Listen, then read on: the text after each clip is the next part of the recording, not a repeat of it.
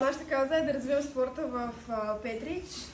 Как да се развие, трябва да намерим някой спонсор, който да може да помогне, за да може да се създаде база, на която да може да се състоят тези спортове. Също така трябва и да се популяризира спорта. Чрез популяризация може да се използват да се поканят известни спортисти, които да могат да запалят хората по самия спорт. И също така трябва да се фокусираме само върху един спорт. И също така може да се популяризира чрез състезанията, да се направят най-различни състезания, с които най-различни хора и на различни възрастови групи да се направят, за да може да обхване по-голяма аудитория. А вие кой спорт смятате?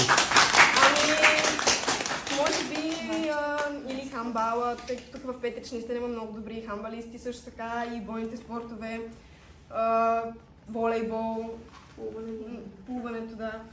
Но мисля, че хамбала трябва наистина да се разгърне в Петрич. Страхотно.